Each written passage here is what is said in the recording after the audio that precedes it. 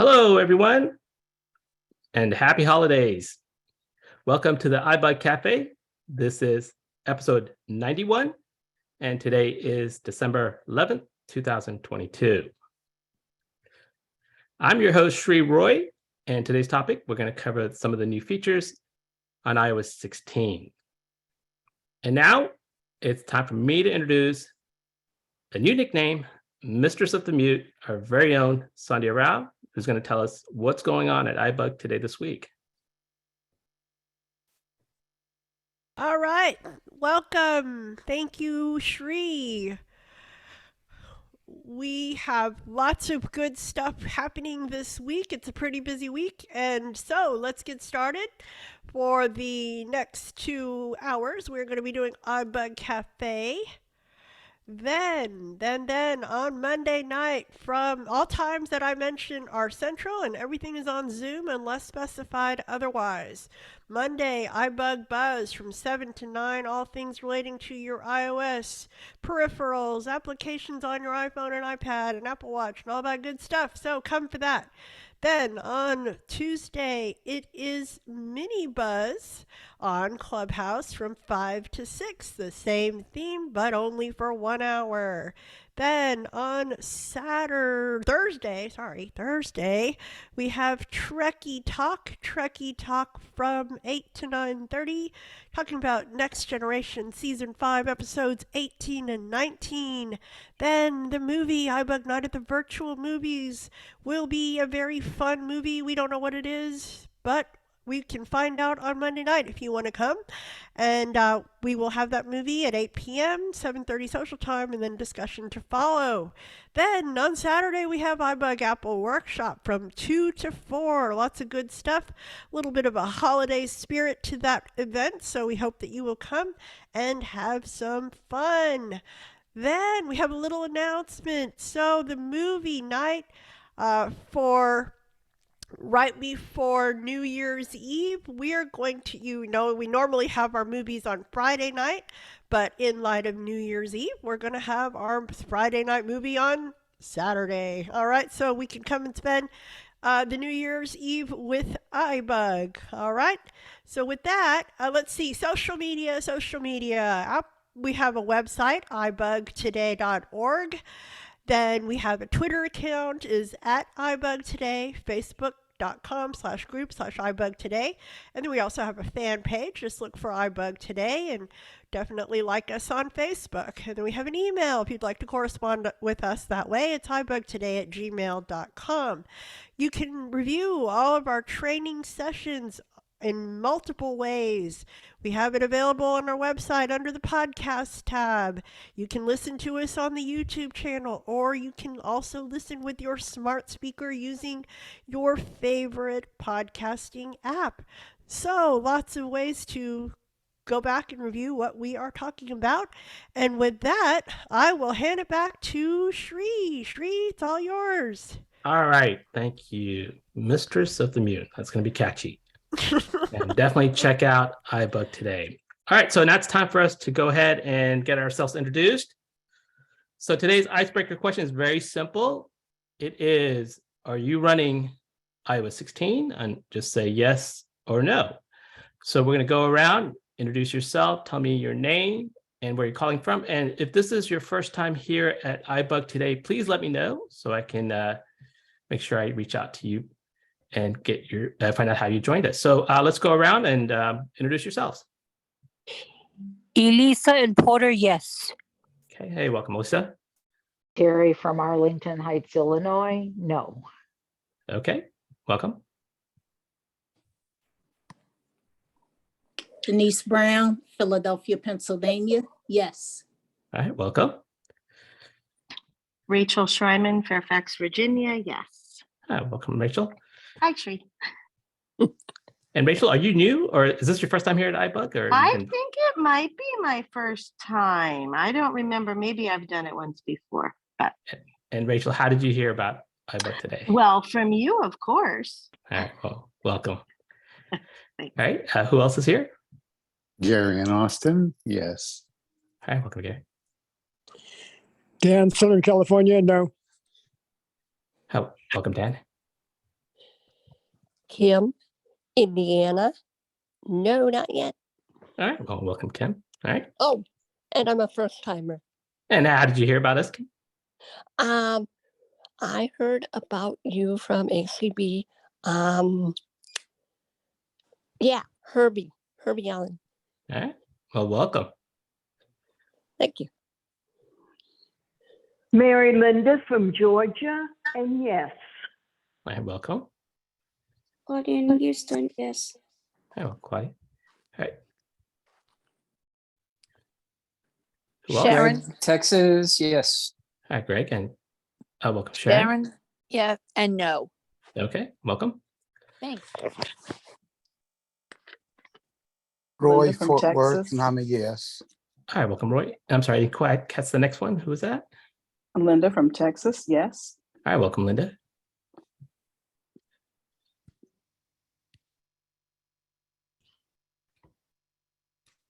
Sandhya, I think so. I'm gonna go check. All right. Sorry.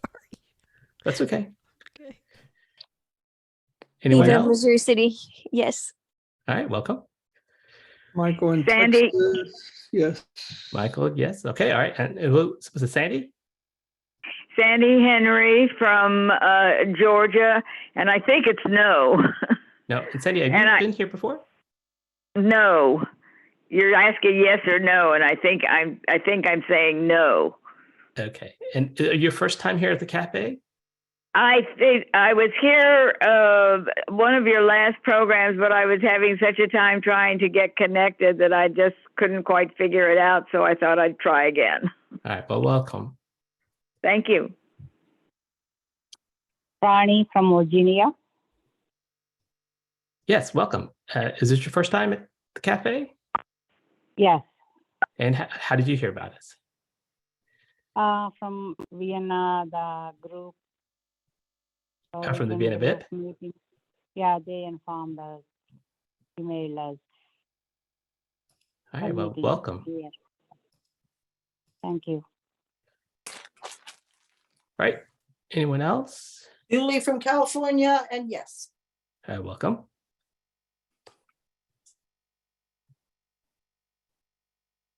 Anyone else? Going once. Going twice. Well, this is Sree, and I'm also running iOS 16. All right, so I'm going to go ahead and get started. So give me 1 second. Hey, Michael, are you computer sharing right now? Oh, sorry about that. Yeah. That's all right. I thought you had already gone. So.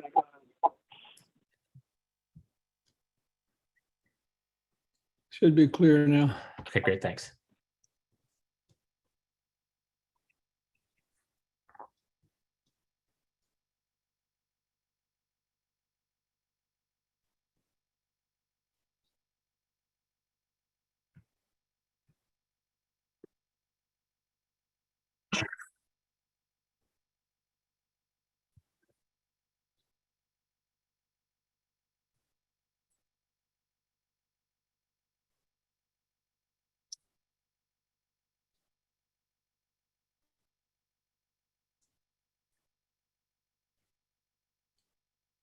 Namaste, this is Sree.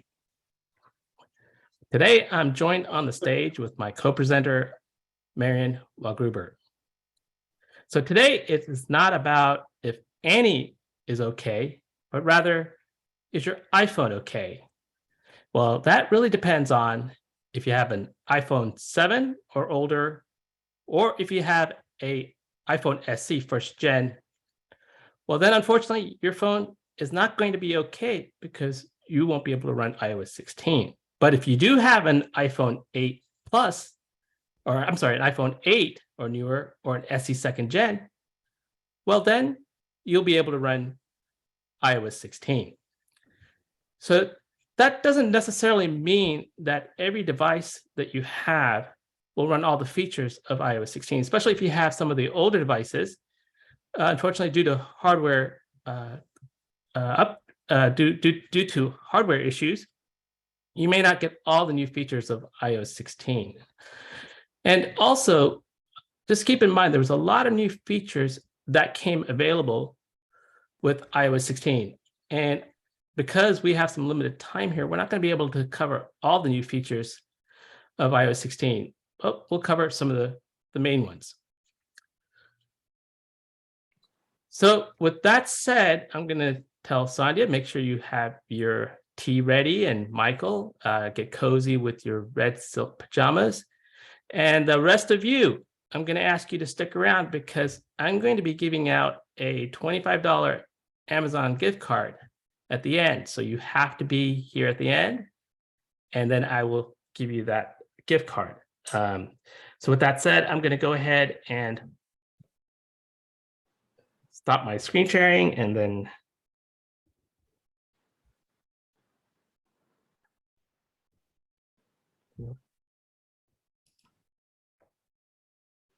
sorry.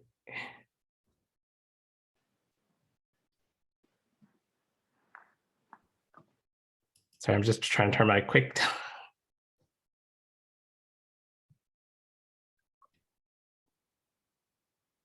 Michael, do you get it? Did you hear stop sharing or no?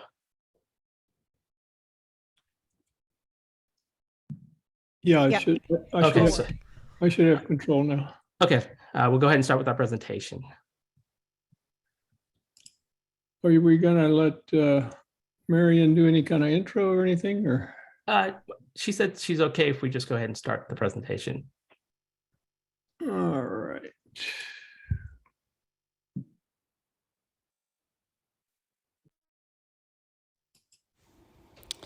I'm going to tell you about 4 updates in the iOS 16 that came out last fall that I find very, very helpful. One is the duplicate contact merger. The other is medication tracker, a severe weather and rain warning, and the ability to avoid the dreaded captcha. So let's get this party started. First, I'm going to tell you about how to get rid of duplicate contacts. Contacts, lists, back button. Okay, so if you're like me and you've been collecting contacts for years, sometimes mysteriously you end up with more than one contact card for the same person. And then when you ask Siri to call Sue Flower, you get, okay, do you want to call Sue Flower or Sue Flower? And really kind of confused, you say Sue Flower, and she says, okay, do you want to call Sue Flower or Sue Flower? So the way to get rid of this problem is by getting rid of duplicate contact cards, and it's really easy. So you go into your Contacts app, which you can open by asking Siri to open Contacts, or find it on your home screen, or go into the phone app and one of the tabs at the bottom says Contacts. All right, so I'm in Contacts and it lists all my contacts, and I'm going to do a 4-finger single tap at the bottom to get to the bottom of my list, which is quite long, I hope. You can also just scroll down, go to the right side of the screen where it has a bar for going down by alphabet, which is nice if you have a lot of contacts. But anyway, then at the bottom, if I'm there, hopefully, you will hear 552 contacts. 1 duplicate found. 1 duplicate. Oh, I tried to add 2 just for effect. Okay, so at the very bottom of your contact list, it will tell you the number of contacts, and it will tell you if you have any duplicates. And all you do is double tap on that. Contacts, cancel, button. And the focus will be at the top, so I'm just going to right swipe. Duplicates found, heading. Peter Wildruber, 2 cards found, button. Okay. Actions available. All right. Merge all, button. Merge all, that's a button, so I'm going to double tap it. Merge all, alert. Merging duplicate contacts combines those with the same information into a single contact card. Okay, so it's warning you that it's going to do what you want it to do. Merge duplicates. Button. That's another button, so I'm gonna say yes, please do what I want to do. Number sign. Heading. And it's done. +1 4 2 3 3 0. Search. Search field. Okay, you got rid of any duplicate contacts, which I actually paid a high school girl to do for at least an hour a couple months ago when I had several duplicates that were driving me crazy. So thank you, Apple, for being a day late and quite a few dollars short out of my wallet. Okay, now the next is a little bit longer one to describe, but a really useful one for us, I believe, the medication tracker. So every Apple device with your iOS operating system is also going to have a health app. And so you can ask Siri to open the health app or find it on your home screen or look in your library, but open your health app. Health. Summary. Heading. Okay, and it will come up with a summary screen. And this will help you keep track of a lot of different things regarding your personal health and fitness. But we're just going to look at one aspect that was added, the medication tracker. What you're going to do is go to the bottom of the screen. Summary. Tab. 1 of 3. The tab bar is summary, and that's what we're on, is the summary page that you get to when you open up the app. Sharing. Tab. 2 of 3. The sharing tab, I'll just open that up to show you about sharing, because this is something that will be useful with the medication tracker. You know how when you go to the doctor and they always ask, are you taking any new medications? And what medications are you taking if it's a new doctor? And if you don't come prepared with a printout or have it on your phone updated, then it's like, oh gosh, what was that? And oh, I don't know the dose. Oh, that's me. And the older you get, the more daily meds you add in my case. So this medication tracker is awesome because you can keep it all on your phone. You can print it out. You can show it to somebody. It's all... Sharing. Tab. 2 of 3. Health sharing. Keep friends and family up to date on how you're doing by securely sharing your health data. Dashboard and notifications. Data you share will appear in their health app. They can also get notifications if there's an update. Okay, I have some weird friends that want their other friends to know how much exercise they're doing. This is not me. Private and secure. Only a summary of each topic is shared, not the details. The information is encrypted and you can stop sharing at any time. Share with someone. Button. Ask someone to share. Button. Share with your doctor. Button. Apps. Button. Okay, so yeah, you can share with your doctor, and all of this information is encrypted on your phone, so you are the only one with access to it unless you share it with anybody else. And that is the faith and trust we have in the security of Apple. Okay, so... Tab bar. Selected. Sharing. Tab. 2 of 3. The second tab at the bottom is sharing. Browse. Tab. And the third one 3 is of 3. browse. Sorry, I'm talking over voiceover. I'm not supposed to do that. Third tab at the bottom is browse. I'm going to go into browse. And this brings up the list of categories in the health app. So I'm going to go up to the top. Search. Search field. Dictate. Button. Health categories. Heading. Okay, this starts the list. Activity. Button. Maybe. Body measurements. Button. No way. Cycle tracking. Button. They are not talking stationary cycling. Hearing. Button. What? Hard. Button. My achy breaky. Medications. Button. Here we go. Selected. Set up medications. Okay, so this app will do it all. It's awesome. You can put in all your medications, anything you take regularly or occasionally. You are in control of what you put in and how much information you put in. You can put in how often you take it.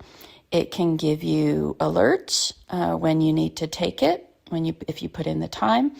You know those antibiotics that you're supposed to take sometimes 4 times a day? Well, who remembers that? So you can have a notification sent, 4 times a day to remind you to take that antibiotic. So I'm going to put in an easy one just to show you how this works. And I'm going to start at the top again, and it'll give you some information about the app. Set up medications. Track all your medications in one place. Set a schedule and get reminders. Learn about potential interactions between medications on your list. Your medication information is encrypted and cannot be read by anyone, including Apple, without your permission. Add a medication button. Okay, so it says later too, a disclaimer about learn about possible interactions, but of course, a pharmacist is the only person to really trust, or your doctor, about any interactions between medications, or as you will see with other recreation products. Cancel button. So I double tapped on add medication, and it takes me to the top of the add medication screen. Add medication. You can search for a medication or use your camera. Okay, I tried using the camera on a squarish vitamin bottle, so it had kind of a flat side, and it really didn't work. So I think the best bet for us is to use a friend or family member, or a program like Seeing AI to get the name of the medication and the dose so that you can put it in manually. So I'm just going to put You can search add medication. Okay, Add medication. sorry. Add medication. You can search for a medication or use your camera. Okay, so I'm not going to use the camera. Search button. So I'm going to search. Search field is editing. Type medication name. Character mode. Insertion point at start. Okay. Cap I. In cap I. V. B. B. U. U. Okay, and I just started with iBUG. Ibuprofen lysine. Ibuprofen. Okay, and then there's a drop-down menu that gives you a bunch of guesses, which is nice. You don't have to type out the whole thing. You can type out the first few letters and see if it's in the list. Ibudon. Ibuprofen. So I was looking for ibuprofen straight up because it's one of my favorite drugs until I found out that it was giving me... India. Hey, wait a minute, what happened? It was giving me ulcers for 30 years, so I can't take it as often as I used to. Ibuprofen. Choose the medication type. Heading. Okay. That time I got ibuprofen, fat fingers, I guess, sorry. And so now it takes me to a screen that says I've chosen ibuprofen. And now it's going to ask for a lot of details about the ibuprofen. And the first thing it's going to ask for is... Chewable tablet. Button. What form? And I'm not going to take you through the entire list because it's a little scary. How many different forms and pathways a person can actually get medication. So the first ones obviously are the most common. There's chewable tablet. Oral capsule. Button. Oral capsule. Oral drops. Oral suspend. Oral tablet. Solution. Oops. Oral tablet. Button. Oral tablet. Oral tablet. Next. Button. Okay. Oral tablet. Check. Choose the medication strength. Heading. Okay, the medication 100 milligrams. 200 milligrams. 200 button. milligrams is 200 milligrams. Next. the strength Button. that is what you generally buy in the store, generic ibuprofen or Advil or Motrin or whatever. Next. Button. 200 milligrams. When will you take this? Heading. I was talking too much over Zoom. Okay. When will you take this? Frequency. Every day. Button. So this is where you can put in the time of day, and it will send you a notification to remind you. And you can then start a log where you check off that you've taken it. That's way too much work for me, but having a notification is nice. But it is actually a good idea to do the log because sometimes I forget, oh gosh, did I take it? So this is really a great app. But it's a hassle to put in all of that information. So, and ibuprofen, I really do only take as needed. So that's what I'm going to do here. I'm going to... Frequency. Every day. Button. I'm going to double tap on frequency because it ends up being a drop-down menu. You're not selecting every day. Cancel. Button. Okay. You've got... On specific days of as needed. Button. As needed. Button. As needed. Cat A. Alpha. No. As needed. Checked. Okay. I don't know. I must move my finger or something instead of... Oop. All right. That's a... Done. Button. Done in the upper right-hand corner, not a next at the bottom. Frequency. As needed. Button. Okay. Now we've got... Next. A next at the bottom. Frequency. As choose the shade. Heading. Now, you can skip this, but I realize for us, it's actually a very good thing. Not so much the color on the next page, but the shape. Because as I add to my daily medication regimen, the older I get, and I'm trying to sort them into my pill box and I get mixed up or I drop one or whatever, there are different shapes. Unfortunately, I have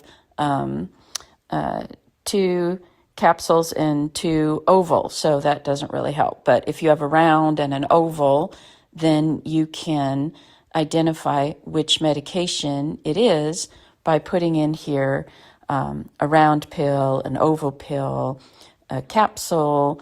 They even have a transparent bottle, a round solid bottle, a tube, blah, blah, blah. So you can describe it, and that will help you identify it later, which is pretty awesome. And I think also it might help others in an emergency or something like that, because I'm sure they didn't do this just for us, but it helps us. Okay, but I am going to pick Shield skip. Button. Skip, just to keep going. But you have a lot of options there, including practicing your geometry, because they go into all kinds of different pill shapes, hexagon, octagon, blah, blah, blah. Ibuprofen. Heading. Okay, I think we're done. So ibuprofen. Oral tablet. 200 milligrams. Optional details. Heading. Display name. Text field. Okay, if I want to change the display name, if I know it better as Advil or something, I can do that. Text field. If I want to type something in there like take it with food since it gives me ulcers, whatever, or something like that. Notes. Next. Button. Medication interactions. Heading. Okay, this is the fun part. Okay, medication interactions. Health will let you know about potential interactions between medications on your list. It can also check for interactions with alcohol. Switch button. On. Okay, on. Cannabis. Switch button. Off. Okay, now I was wondering about that since cannabis is illegal in Tennessee. If I turn it on, oh yeah, but it's supposed to be encrypted. Okay, well, I don't do cannabis. Tobacco. Switch button. Off. And I've never done tobacco. Done. Button. So, here we go. Medication and options. Button. Okay, and we're ready for our next medication. Now, when you go to the summary page... Tab bar. Summary. Tab. Medical ID. In an emergency. Review medical ID access. Button. It will show up in under categories, medications. And if you have put it in as a daily or timed medication, there'll be a log where it will have an option checked that you took it or not. And you can go back and see a history of having checked that you took it or not. But since it's as needed, it won't show up with a log. It'll just show up under my list of medications. So that is a little overview of the new medications option, the tracking option on your iOS devices. And next, we'll go on to the weather tracking. Okay, I just listened to what I recorded, and I'm sorry for all the flub-ups in the medication demo.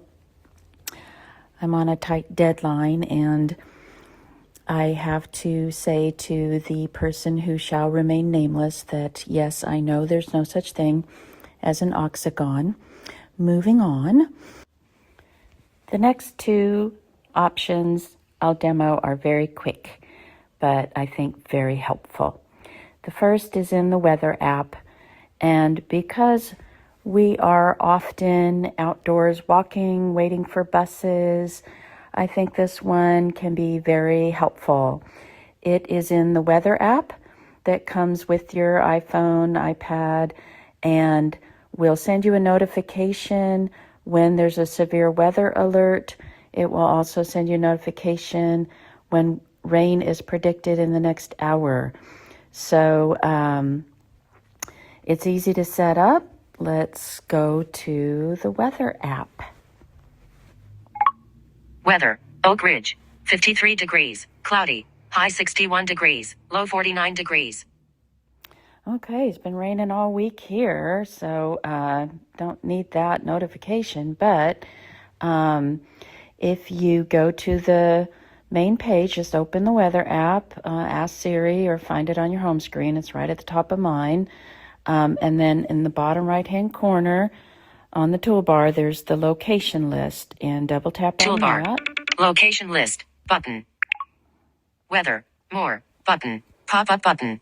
Okay, and more has already got the focus on it in the top right corner. More. Button. Edit list. Button.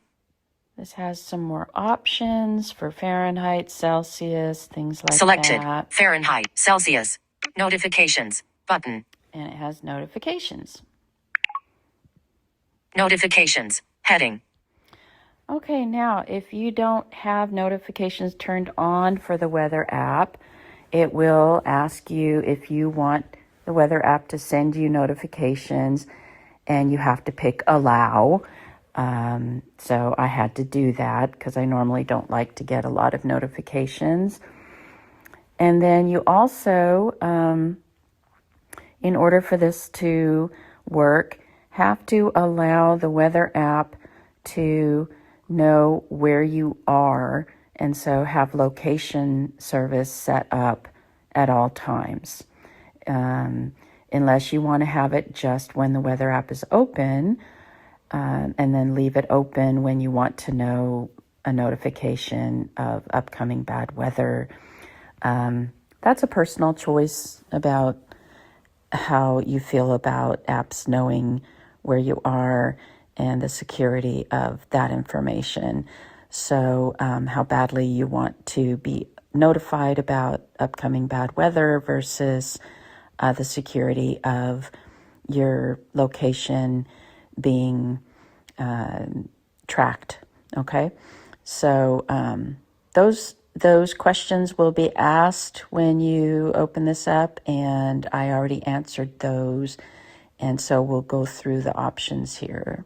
Done. Button. Weather can send you notifications for rain, snow, and certain relevant severe weather alerts. That's obviously good heading into winter. If you enable severe weather notifications, Apple can associate the country or region of these notifications with your Apple ID. See how your data is managed. Ellipsis. Link. Button. Okay, you can get more information on the security of your location service data. Current location. Heading. Okay. Severe weather. Switch button. On. Okay. Next hour precipitation. Switch button. On. We sometimes get tornado watches here, occasionally tornado warnings, so that would be severe weather. We get thunderstorm warnings a lot here. And then precipitation, yes. Your locations. Heading. And then your locations. Oak Ridge. Next hour precipitation. Button. Okay, it'll tell me which locations do you want to have these notifications for.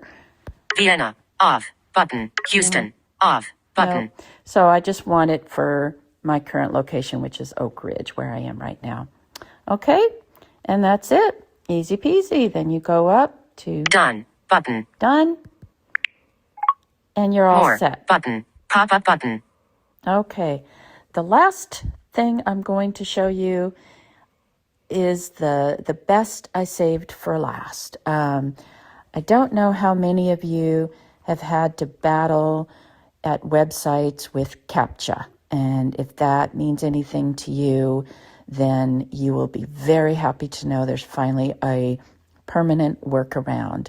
Captcha is used in some websites for security to make sure that you're not a robot, and required you to visually identify certain things in a picture, or they would have an audio alternative for people with visual impairments, but often the audio was very difficult to also identify, at least for me, and that left you really stuck.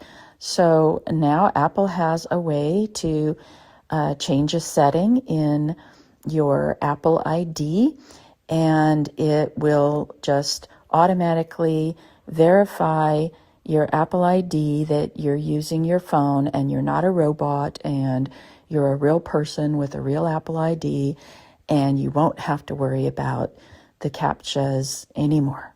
So if you go into settings, ask Siri to open settings or open settings from the home screen. And at the very top, you've got that your Apple ID, which is your name. Search. Dictate. Button. Marian Wildruber. Apple ID. iCloud Plus. Media and purchases. Button. I go into my Apple ID, and then I'm just going to swipe Marian right Wildruber at down bellsouth.net. until I find Name. Password. Payment and password and security. Button. Oh, it's right at the top. I thought it was down farther. Password and security. Selected. Password and security. Change password. Button. Now I do know it's at the bottom of the password and security list, so I'm just going to Rows 2 to 8 of 8. Go down. Bypass captchas in apps and on the web by allowing iCloud to automatically and privately verify your device and account. Bypass captchas in apps. Automatic verification. Switch button. On. Okay. And that's all you have to do is switch that from off to on, and no more captchas. And I hope that has been helpful to you, at least one of those new options in iOS 16. And if you have any questions, you can ask me or Sree or anybody else. But I've enjoyed demoing these new options to you because, as always, I've learned a lot. Thank you very much, and happy holidays.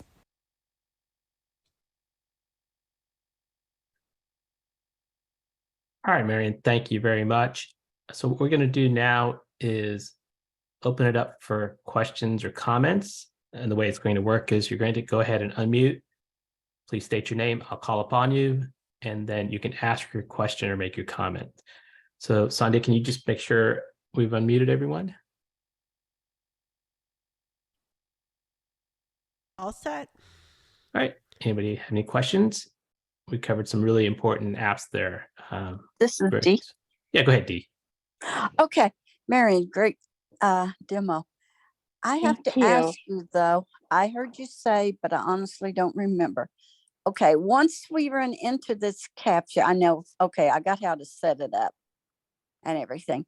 Once we run into a captcha, what is it that we do?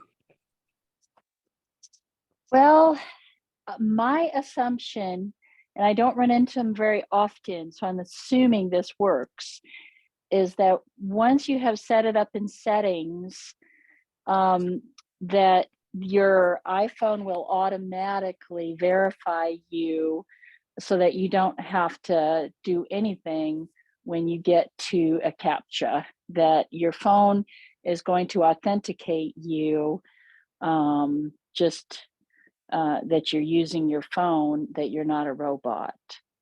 Sree, do you know? Yeah, I mean, you're basically there, what you mentioned. So your phone is authenticating because they know that you have a particular type of phone. And so that verification came to that phone. So they know that you're not a machine because you've already authenticated. Mm-hmm. Okay. Yeah, Good that's question. neat. Yeah, it's a good feature for all of us too. Mm-hmm. And it's about time. Kim? Yeah, go ahead, Kim. So in other words, if I am on one of those things that usually would ask, you flip right and it would say captcha. So our iPhone, if we have that set up, it'll just bypass. It won't even say captcha on whatever app we're trying to do. It'll just bypass it, right? That is my fervent hope, Kim. I have Okay. not run into it yet, but I am assuming that that's the way it's going to work. Yes. Okay, thanks. Sure. Rachel, Yeah, go ahead, Rachel. this is great. Do you know if and when that bypassing captcha features is going to be available on the iPad? It should be, because the iOS 16 is for the iPad too, right, Sree? It is. I think, I'm not sure. It was in a beta for a little bit in iOS 16 when it got released. I have to double check if it's officially out of beta. It may be. I don't quite remember right now, but I can look it up. So interestingly, I looked while we were sitting here and to see if I have any software updates awaiting me on my iPad, and I do not. So I wonder if it hasn't been pushed out yet. So I will thought they take a were the look at same. it. Yeah. Okay. My understanding is they're supposed to get released during the same OS. But it could be it could be in a beta format right now and maybe getting released in iOS 16.2. Like I said, the last time I checked, it was still in beta. But the good thing is, Google, Apple, Microsoft, they all agreed to do this. So when it does officially get pushed, if it hasn't done so, it should work. Granted that the website people also built it that way.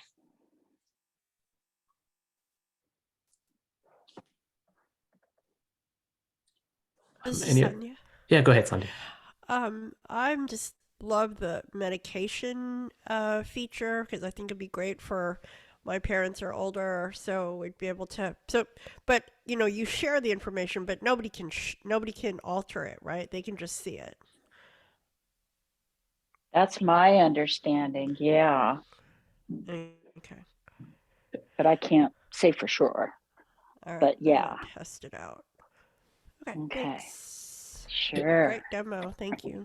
Thank you. Yeah, that was definitely a great demo. I mean, the medication, like Marian said, you could go on a rabbit hole with so much information you could put on about a medication that you're taking.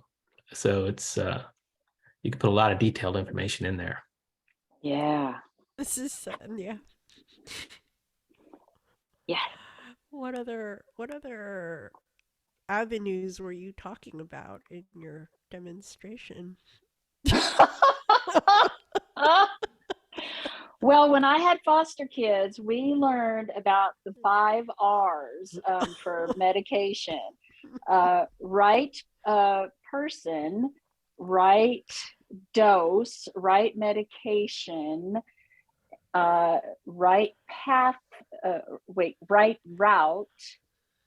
And there was another one. See, now I forgot. But the route was like, do you put it in their ear, or do you put it in their nose or their mouth or another place? Oh, wow. Okay. Thanks for Yeah. sharing. Thank you. You're welcome. Mhm. Hi, this is Judy in Connecticut. Yeah, Judy. Marian, that was a wonderful, beautiful presentation. I came in, I think about halfway through the first, well, I don't know if that was the first one, the one about the duplicate contacts. It But was. Thank you. was that the first one? Yeah. Thank you. Marian, it was wonderful. I so appreciated the way you talked about everything, and I can't wait for the the tape to come out so I can re-listen to it all. So really nice. Thank you for doing that. Oh, thank you. Yeah. See you later. Oh, yeah. In Granby. Yeah. Thank This you. is Steve Houston with a question for Marian. Yeah, go ahead. First, good job. I loved your ad libs also, and you're going through the health app. That was really great. Thanks. So the captcha defeat, that's probably something that'll be very popular to an awful lot of people. Do you need to have voiceover on for that to work, or do you not? I wouldn't think so, because it's in the settings under your Apple ID and password and security. It's not under voiceover settings. Okay, I tried it and it didn't see the little slide switch, so I better see if I've got OS 16 loaded or not. Thanks. Okay, sure. Yeah, if you don't have iOS 16, you won't see that. I thought I did. I thought I was current, so that's why I'm a little bit surprised there's no switch. So I'm sure user error usually is. This is Terry. Yeah, go ahead, Terry. Regarding the duplicate contacts, I actually have one instance where I have 2 contacts for the same name, but they're different phone numbers. And would this, I forget now what it was called, but where it talked about merging them, would that then merge both phone numbers into the same contact, or is it going to delete one of them? No, it will keep both of the phone numbers. And so it will, yeah, it's great, because, some of my duplicate cards will have an email address on one card and a phone number on the other, and it just combines it all together into one card. So go down to the bottom of your contact list and see where it says how many contacts you have, and it will tell you how many duplicates you have, and double tap on that. And then it will ask you if you want to merge your contacts. What if you somehow by accident have 2 of the same contact? You wouldn't want those merged. Well, it'll just ignore, if you have 2 of the same phone number and same name, it'll just ignore the same phone number. It'll just put the phone number down once. Yeah. Thank you. Good job, by the way, too. Great job. Thank you. This is Vincent. Yeah, go ahead, Vincent. Well, 2 questions. The first one is, before I forget, concerning merging contacts. If I have 2 contacts with the same name, but let's say 2 different phone numbers, if I have them, one of the phones under phone and the other one under iPhone, then it would bring both numbers into the same contact, wouldn't it? Even if it were the same? I believe, Vincent, it will combine them into one card with the same name, and then it will have the two phone numbers. One will be labeled as phone and the other will be labeled as iPhone. Okay. So, yeah. Okay, my second question had to do with the medication application. Okay, so I can share the medications with different people, but specifically, let's say with doctors. Now, my doctor, I don't have his personal cell phone. I don't have his personal email address. I have a generic address for either, let's say, the hospital or the clinic or the doctor's office. And I have also a generic number, a general number for the office itself. So how would I share that information? What? I didn't, I don't remember when I opened up that share option, what all of the options were, but you can look at that and ask your doctor, for I'm sure that they would be happy to give you an email address or some way to share that with them. That's a very good question. And I can get that answer to you, Vincent.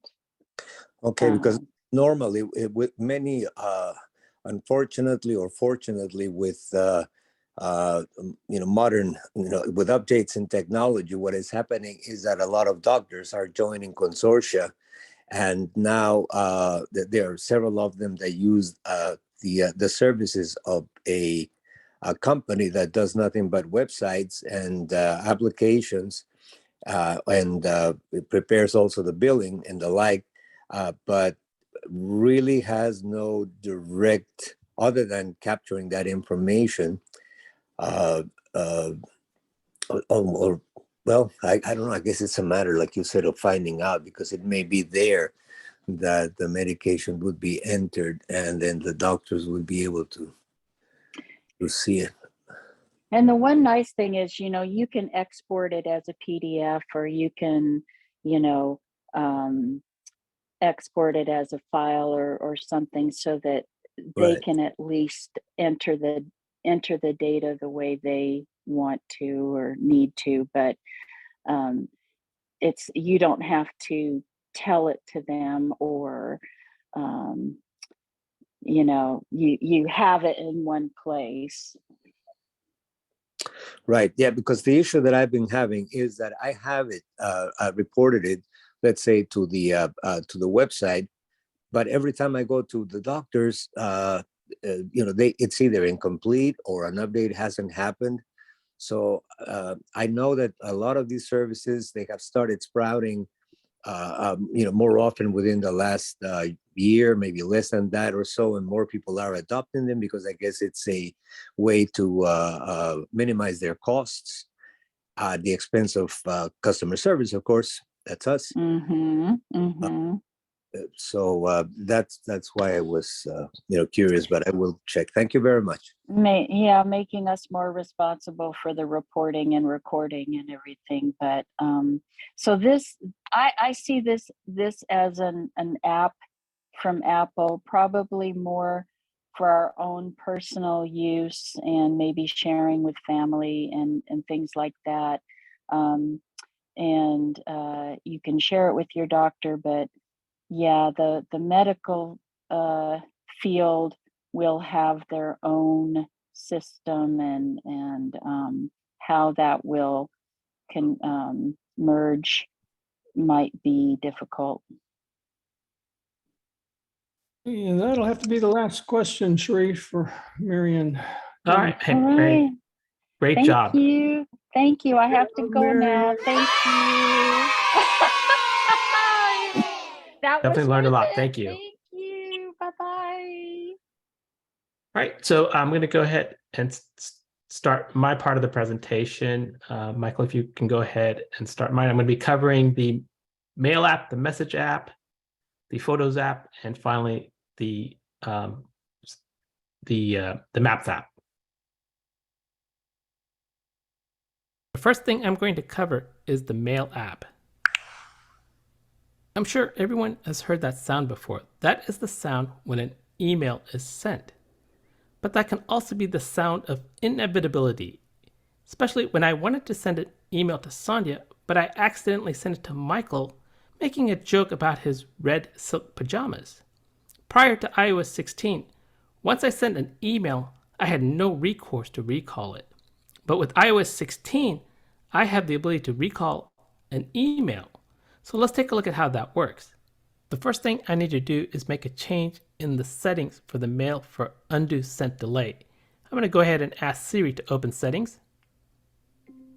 Open settings. Settings. Next, I need to swipe right till I hear the mail button. Mail button. Double tap. Allow mail to access. Heading. Next, I'm going to do a 4-finger single tap on the bottom of the screen. Undo send delay. Off. Button. Double tap. Selected. Off.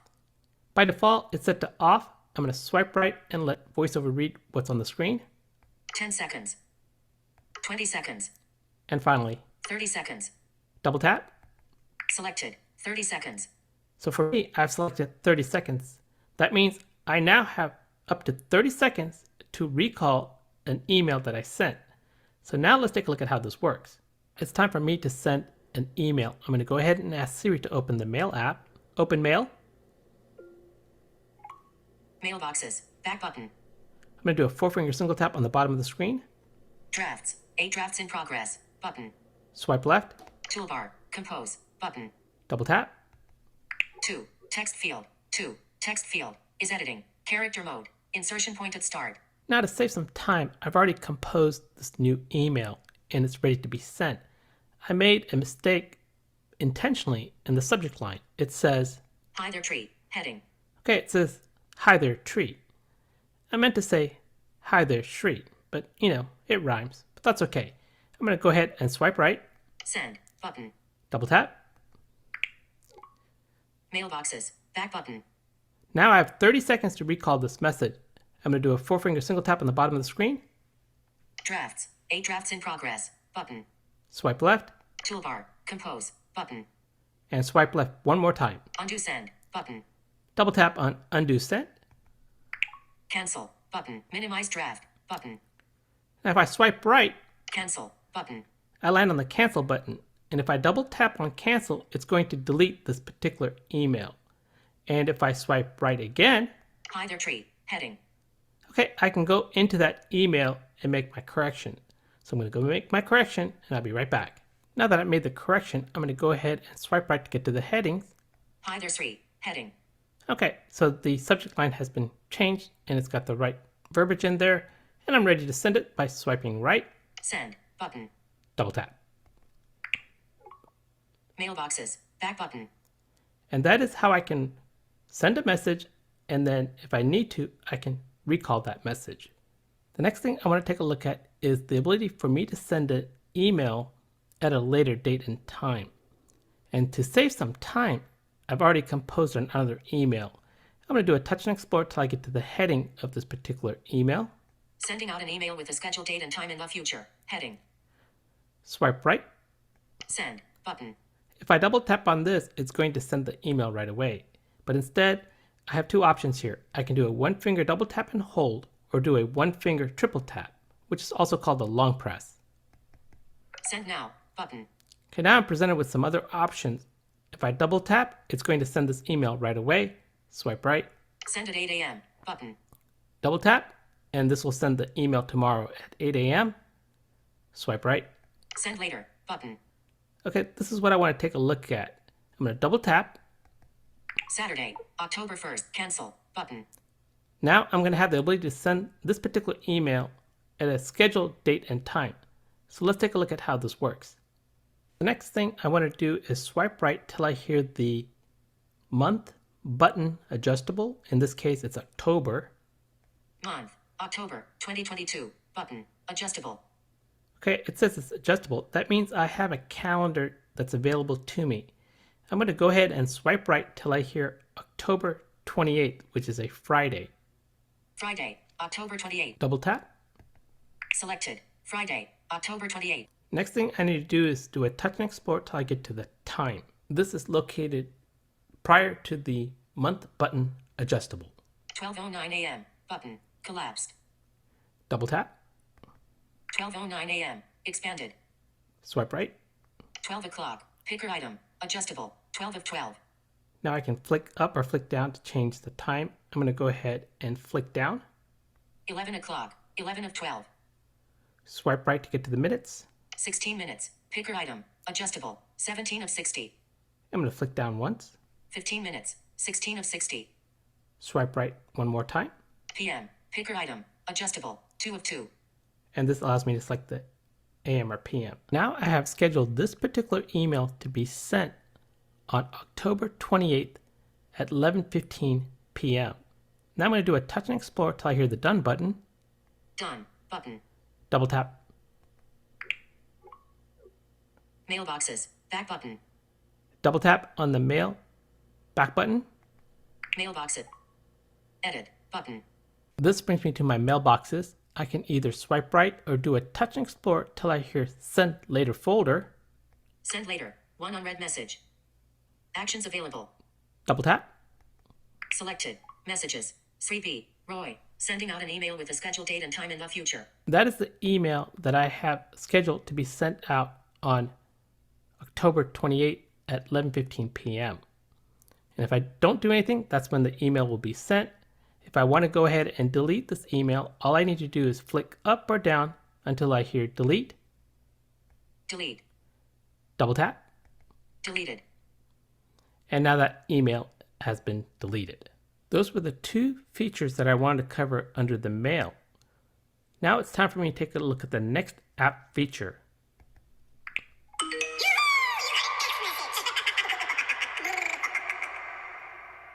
That's right, it's time for me to take a look at the Message app. And there are a few things I'm going to cover in here. But the first thing I'm going to take a look at is the undo send feature. And keep in mind that both the sender and the receiver of a text message must be running on iOS 16 for this to work. And the sender has up to 2 minutes to undo a send message. So let's take a look at how this works. The first thing I'm going to do is I'm going to go ahead and ask Siri to open the Message app. Open Message app. Messages. Edit. Button. Now I can either go into the compose button and compose a new message, or I can just go ahead and swipe right to one of my conversations. In this case, I'm going to swipe right to my own conversation. Sree Bayless Roy. Hey Siri, this is a test. Double tap to select it. Messages. Your iMessage. Hey Siri, this is a test. Actions available. I'm going to do a touch and explore till I hear the message iMessage text field. Message. iMessage. Text field. Double tap. Message. Text field. Is editing. iMessage. Insertion point at start. I'm going to go ahead and do a 2-finger double tap to dictate and compose a new text message. This is Sree. I'm running a test on how to undo a send message. Inserted. This is Sree. I'm running a test on how to undo a send message. I'm going to swipe right. Send. Button. Double tap. Send message. Dictate. Button. Now that I've sent this message, I have 2 minutes to go in and undo the send message. So let's see how this works. Now I'm going to go into my conversation and do a touch and explore on that text message that I just sent. Your iMessage. This is Sree. I'm running a test on how to undo a send message. Actions available. Now I can flick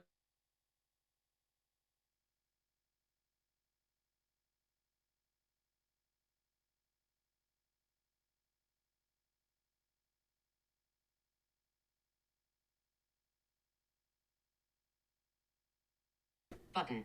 So keep in mind, even though I sent this text message, the recipient has the ability to read it as well as respond to it. But when I do click on the undo send, within 2 minutes, that conversation is removed at the recipient's end. And this is how it works with the undo send on the Message app with iOS 16. The next feature I'm going to cover on the Message app is the edit feature.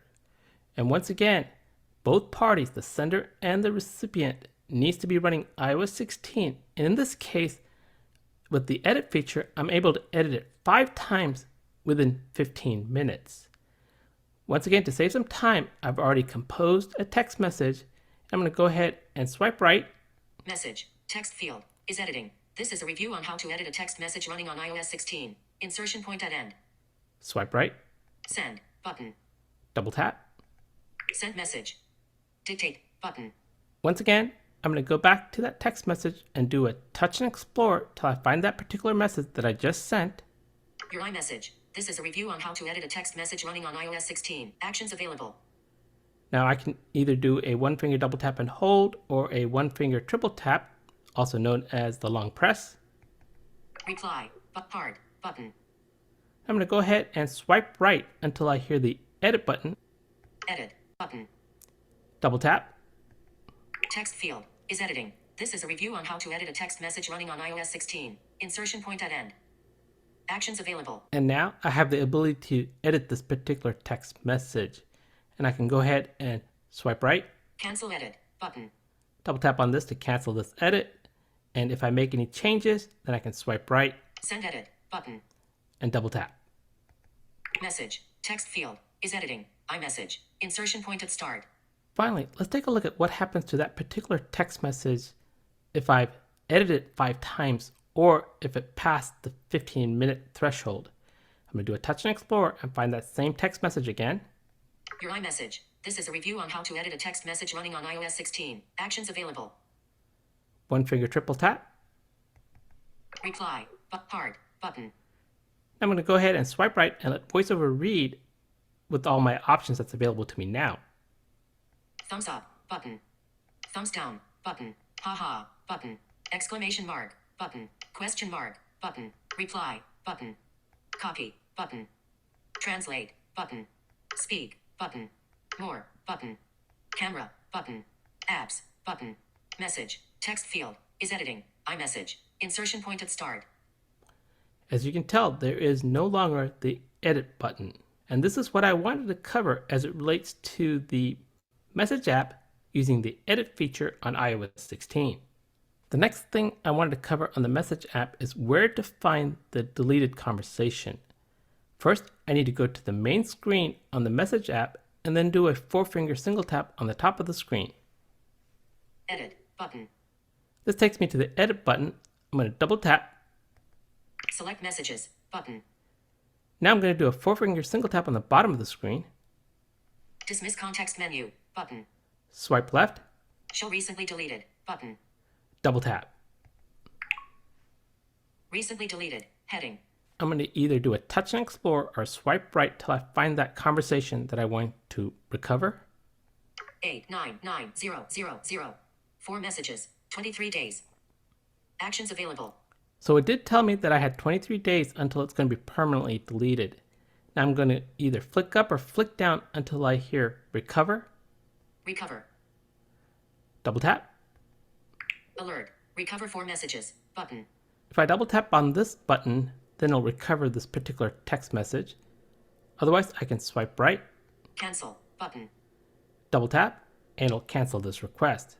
And this is how I can recover any deleted text message on the Message app when running iOS 16. The next part of the Message app I'm going to talk about is how to mark a text message from being read to unread.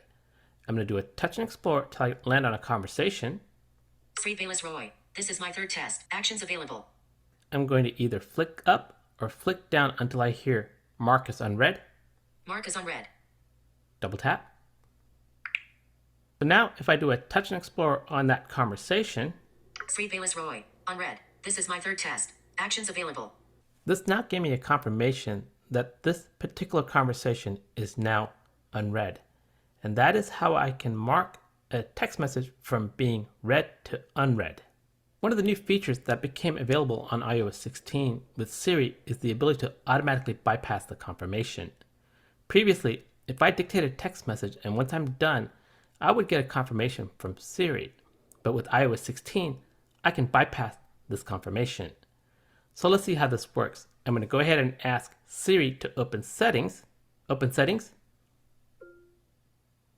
Settings. Heading. Swipe right until I hear Siri search button. Siri search button. Double tap. Content from Apple. Heading. I'm either going to swipe left or swipe right until I hear automatically send messages button. Automatically send messages button. Double tap. Automatically send messages off. Okay, mine is currently turned off. This is the toggle, so double tap. On. Now it's currently turned on. So now if I do dictate a text message using Siri, once I'm completed, it will automatically send that text message without me getting any confirmation. As a side note, if I did have this feature turned off, and if I dictated a text message using Siri, I would have the ability to be able to use these keywords such as edit, add to it, repeat, cancel, and send. The final feature I want to cover on the message app is the ability for me to convert information inside a text message. Once again, I've sent a text message to myself, and now I'm going to show you how I can convert some of the information in that particular text. So let's see how it works. And now I'm going to swipe right till I hear that message. Your iMessage. The temperature is 60 degrees. Link. Outside. I need to buy 2-gallon. Link. Milk, but I only have 200 rupees. Actions available. I'm going to invoke the rotor until I hear links. Links. Now if I swipe down, it's going to find all the links in this particular text message. 60 degrees. Link. Actions available. Swipe down. 2-gallon. Link. Actions available. And finally swipe down. 200 rupees. Link. Actions available. Okay, it says 200 rupees here. Now if I want to convert this to dollars, I'm going to do a one-finger double tap and hold, or a one-finger triple tap, which we all know is the long press. Preview. 200 rupees. Okay, it says it's 200 rupees. And if I swipe right, 2.43 US dollars. Yahoo Finance. Button. okay, it converted the rupees to dollar. And that is how conversion works within a text message. And if I want to get out of it, all I need to do is do a scrub. Message. Text field. Is editing. iMessage. Insertion point at start. Okay, that covers that part of my presentation. So once again, we're going to open it up for questions. Please state your name. I'll call upon you, and then you can ask your questions. I kindly ask that everyone else stay muted. And keep in mind, we don't use the raise hand feature here. Just state your name. So Sandy, if you can go ahead and just unmute everyone again for me, please.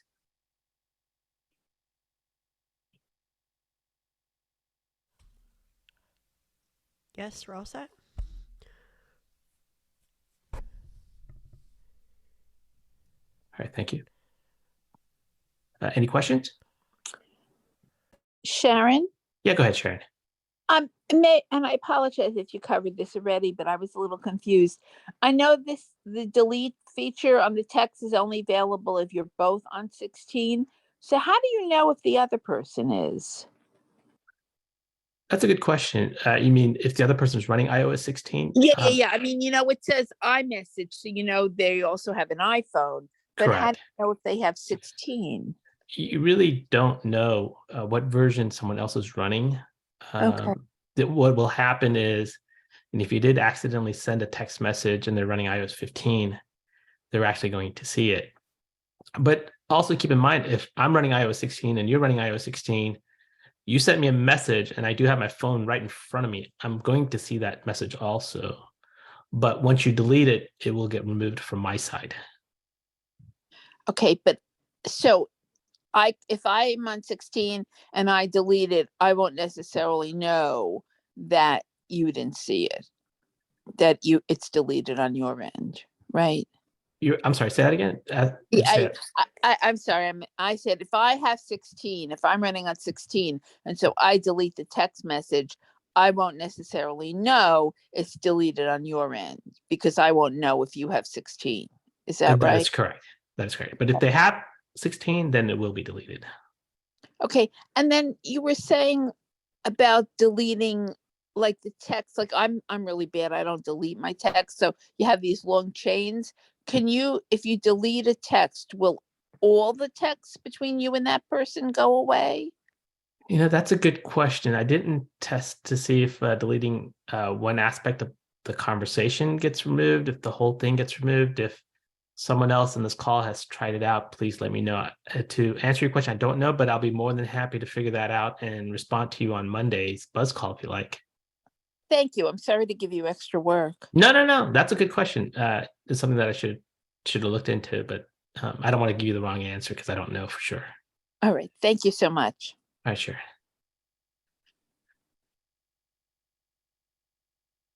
Any other questions? This is Eva. Yeah, go ahead, Eva. Okay. This is a messages question. I think I do know the answer to the one about if you're in a group message or if you don't delete it, because I've done that before. Anyway, if you swipe down, I think there's a way to just delete that one message. Because I have done that before. I just have to play with it. I may have to get back with it, but I have done this before. So yes, there is a way. And that was a comment. And then my question is, in group messages, how do we handle Android users? In what sense? Like, how do you, because sometimes we have a group list for a particular group, and there's some people that have Android phones and they don't get the messages. Is there a setting I need to go into and fix, or how does that work, or do they have to have their own list by themselves? You're talking about sending a group message Yes. to a district. So in the message app, as long as you have the SMS and MMS selected, then they should be able to get your text messages that you sent. Okay, I have to investigate that. Okay, because they're not right now. Some of the people on the group list are not getting it, and they're the Android users. Yeah, but related to the features of the send and unsend, they're not going to get that type of information. Oh, okay, I understand. Okay. All right, good question. Any other questions on the mail or message? This is Kim. Yeah, go ahead. Hi. Where do you find that setting to make sure if the SMS and I think you said MMS? Yeah, so that's under your settings messages. Okay. And if you swipe right, it's towards somewhere near the middle where it says, it'll say SMS and MMS. And I want to make sure that's toggled on. Yes, because if you don't have the MMS, then you can't send like the audio files, like the video and so forth. That's what the MMS said. Oh, okay. Thank you. You're welcome. This is Sandhya. Yes, Sandhya. Earlier, Janice had her hand raised. Just a reminder that we don't use the hand raise feature. So if you do have a question, you could say your name and ask your question. Thank you. Janice, did you have a question?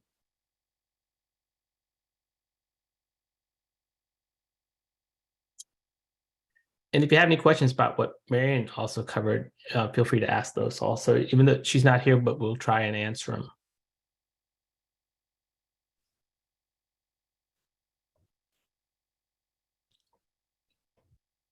All right, ready to move on? Yeah, and then we'll go to my final part of the presentation.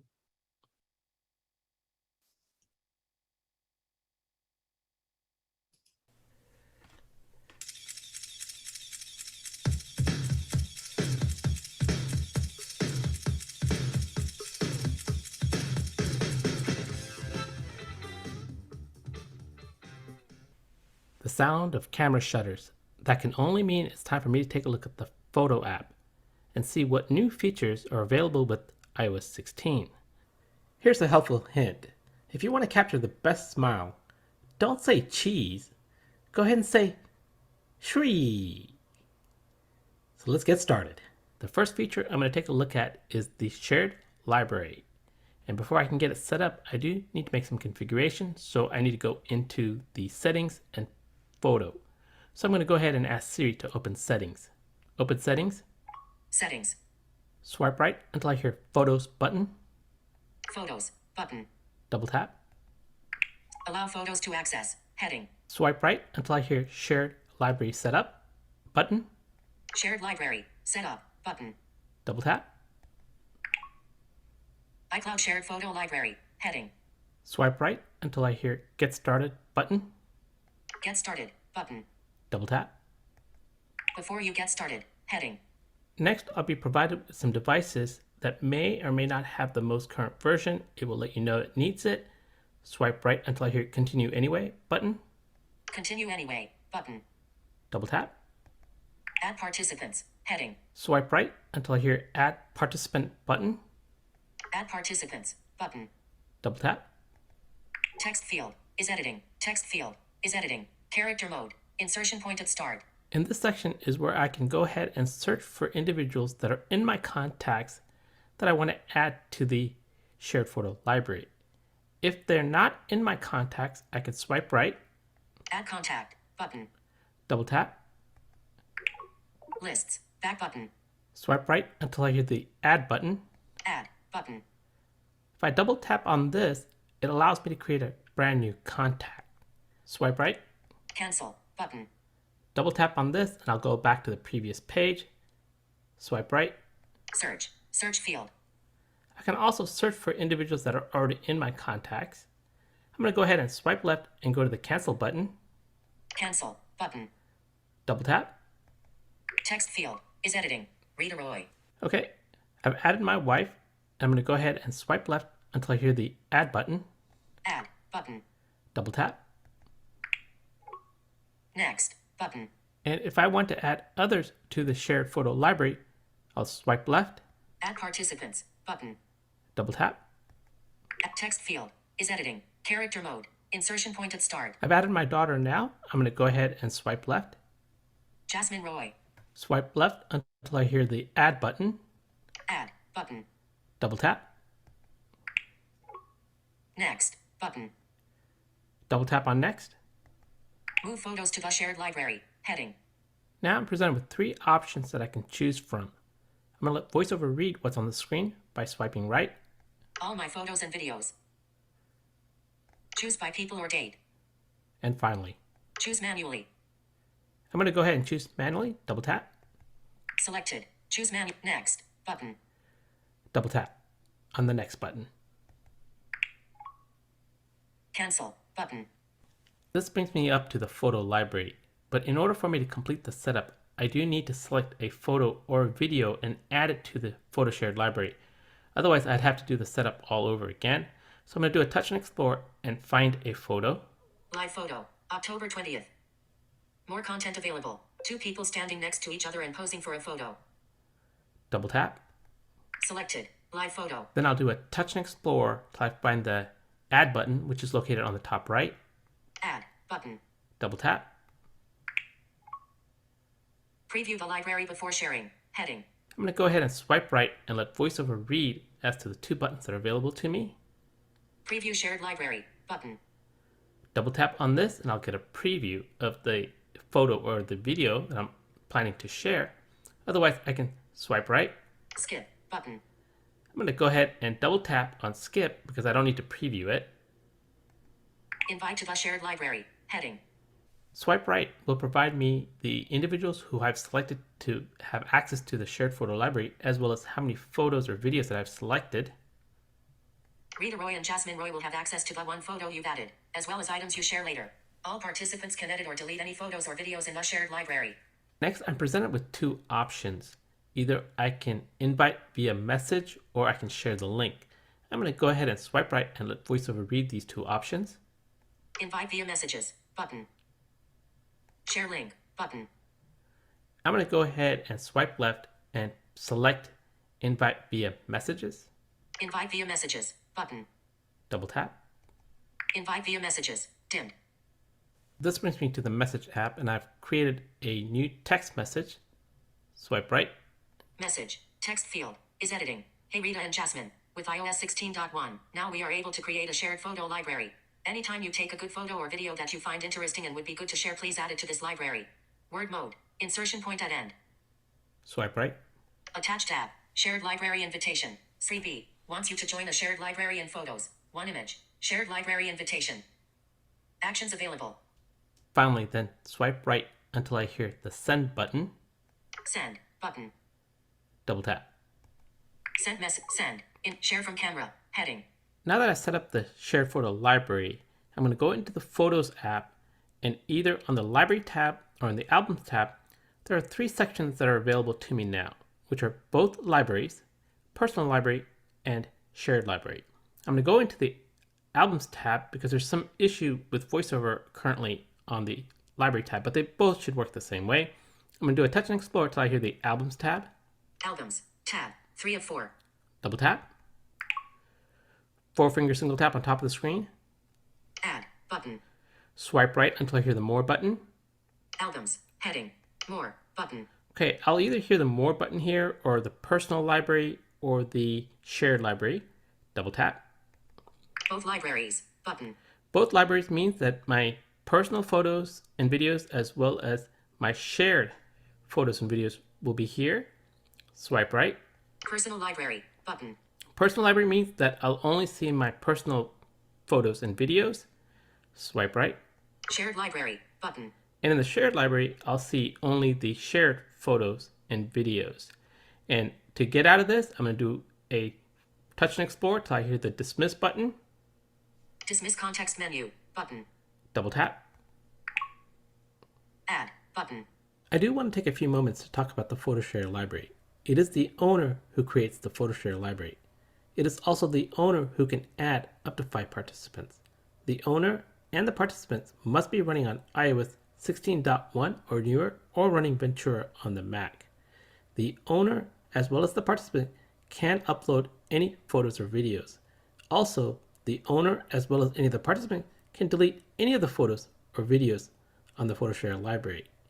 It is the owner who can remove any of the participants. However, a participant can remove himself or herself from the PhotoShare library.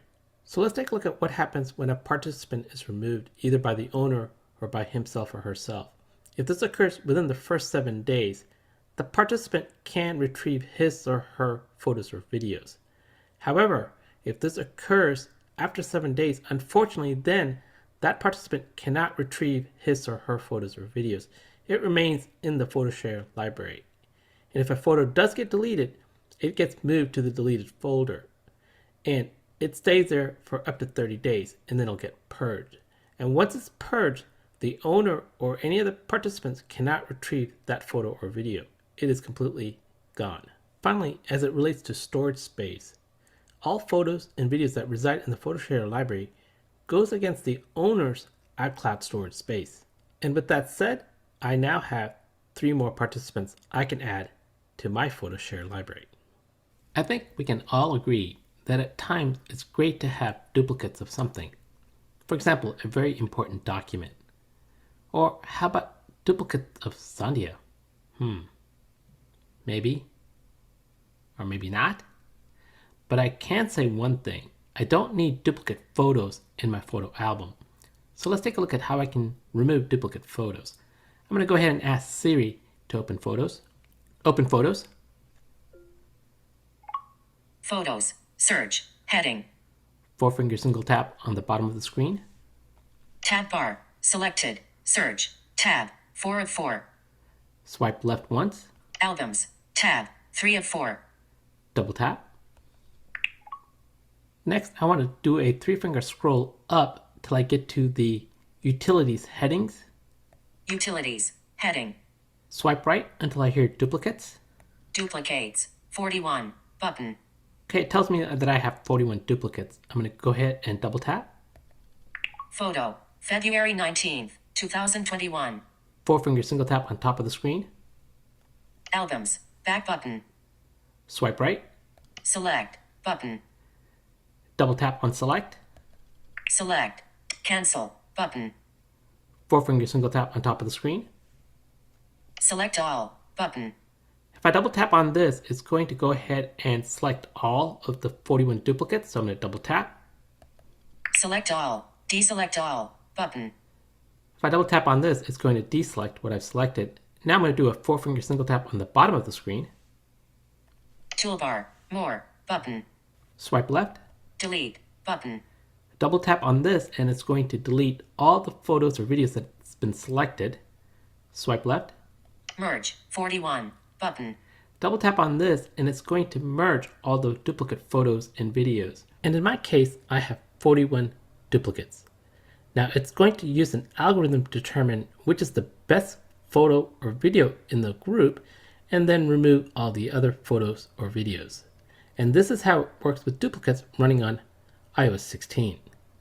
The final portion of the Photos app that I'm going to cover is the ability for me to lift a portion of an image out of a photo. Now, this is not something that I would frequently use, but what really got my curiosity is, will it work with VoiceOver? And the answer turned out to be yes, and then no. And that is because at the time of this recording, I'm running iOS 16.1.1, and this feature is currently not working. But it did work when I was running iOS 16. And hopefully with a future update, this feature will work. And one other thing to keep in mind is that this feature will not work if I'm trying to do this on a live photo. So let's see how this feature works. Now I've got my Photos app open, and I'm going to do a touch and explore till I find a photo. Photo, August 21st, shared, saved. Actions available, more content available. A group of people posing for a photo in front of a brick wall. Double tap. Photo, library, back button. Touch and explore till I find the picture. Photo, August 21st, liftable subject available. This image is a liftable subject, so I'm going to go ahead and flick up or flick down till I hear liftable subject. Lift subject from background. Double tap. Then I'm going to do a one finger double tap and hold, or a one finger triple tap, also known as a long press. The double tap allowed me to do the lift image from the background. And then when I did the one finger triple tap, that brought up the pop-up menu for the copy menu as well as the shared menu. Now I'm going to do a touch and explore towards the top middle of the screen to get to the copy menu. Copy, menu item. Swipe right. Share, menu item. And if I double tap on the shared menu item, it's going to bring up the share sheet.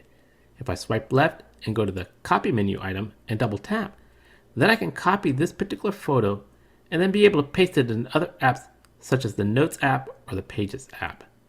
I do want to take a few moments to talk about the liftable subject.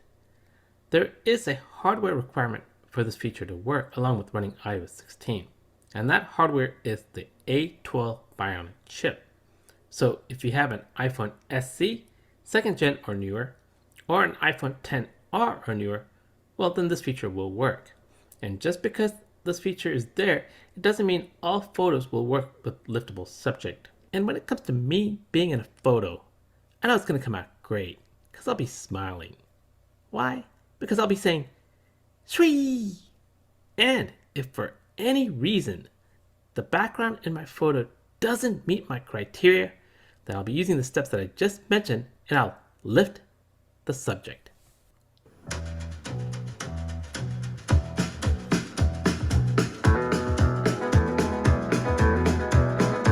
On the road again. That's right, it's time for me to get on the road again, heading out to the house. And wouldn't it be great if I can add multiple stops before I reach my destination? Well, as part of my final presentation on the Maps app running on iOS 16, I'm going to show you how this works. Now, my final destination is going to 1600 Pennsylvania Avenue. And one thing I do want to mention is that I'm only going to cover the Add Stop feature. I'm going to go ahead and ask Siri to open the Maps app. Open Maps app. Maps, map. 4-finger single tap on the bottom of the screen. Vertical scroll bar. Swipe left until I hear the Dictate button. Dictate button. Double tap to start dictation. 1600 Pennsylvania Avenue, Washington, D.C.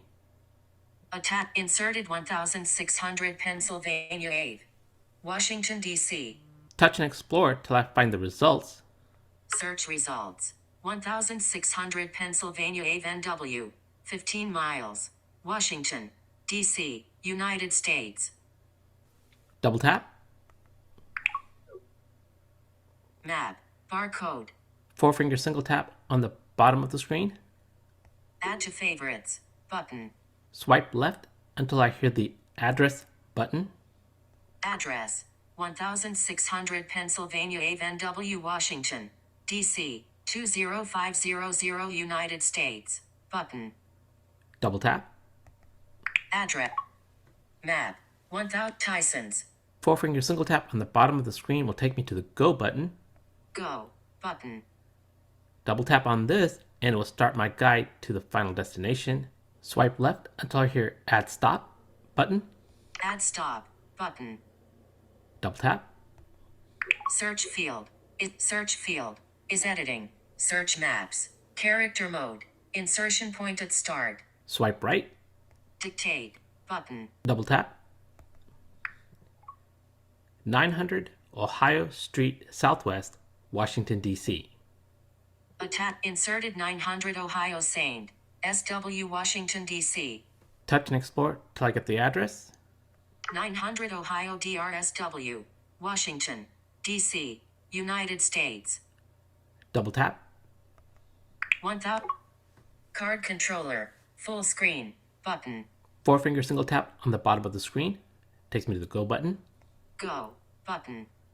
Swipe left. 37 minutes, 22 miles, 1 stop, button. Here it told me how long it's going to take, and it told me that I have 1 stop. Swipe left until I hear Add Stop, and I'm going to enter my second destination. Add stop, button. Double tap. Search field is editing. Search maps. Character mode. Insertion point at start. Swipe right. Dictate button. Double tap. 2700 F Street. Touch and explore until I hear the address. 2700 F Street NW, Washington, D.C., United States. Double tap. 1000. Card controller, full screen, button. Once again, 4-finger single tap on the bottom of the screen takes me to the Go button. Go, button. Swipe left. 48 minutes, 25 miles, 2 stops, button. Once again, it told me how long this trip was going to take and how many stops that I currently have. Now, one thing I do want to mention, since I'm navigating from the bottom right going to the left, sometimes the add stop or my destinations may not populate. So I just need to swipe left a few more times. Then I can go back and swipe right and the information is there. Since I've added multiple destinations, I now have the ability to rearrange this. So let's see how it works. I'm going to go ahead and swipe left until I hear the final destination, which currently is the 2700 F Street, which is located to the left of the Add Stop button. Reorder 2700 F Street NW, button, draggable. So currently I have going to 1600 Pennsylvania Avenue, the first stop, Ohio Street, the second stop, and the 2700 F Street, the final stop. All I need to do is flick up or flick down until I hear move up. Move up. Double tap. Moved above 900 Ohio DRSW. Reorder 900 Ohio DRSW. Button. Draggable. Now I have going to 1600 as my first stop, 2700 F as my second stop, and Ohio Street as my third stop. And finally, if I want to move 1600 Pennsylvania as my final destination, swipe left. Reorder 1600 Pennsylvania Ave NW. Button. Draggable. Flick up or flick down until I hear move down. Move down. Double tap. Moved below 2700 F Street NW. Reorder 2700 F Street NW. Button. Swipe right until I hear 1600 Pennsylvania Avenue. Reorder 1600 Pennsylvania Ave NW. Button. Flick up or flick down until I hear move down. Move down. Double tap. Moved below 900 Ohio DRSW. Reorder 900 Ohio DRSW. Button. Draggable. And that is how I can add multiple stops and rearrange my destination using the Maps app running on iOS 16. This concludes our presentation. Marian and I went over some of the apps and the features that became available when upgrading to iOS 16. And if your hardware supports it and you find these features beneficial, then you might consider upgrading to iOS 16 if you haven't done so. Okay, that concludes my part of the presentation. And once again, we're going to open it up for questions. All you need to do is just state your name. I'll call upon you and you can ask your question. I kindly ask that everyone else stay muted during the time. And keep in mind, there's no raised hand here. So Sandy, if you can just go ahead and unmute everyone again.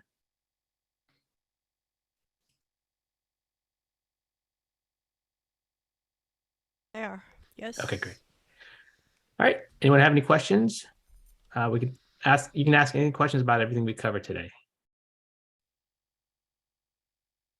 Kim, Yeah, go ahead, Kim. hi. I noticed that you were giving verbal directions for your voiceover. Was that you actually giving the verbal directions, or you were just saying them, but you were still swiping? You're talking about when I gave the addresses?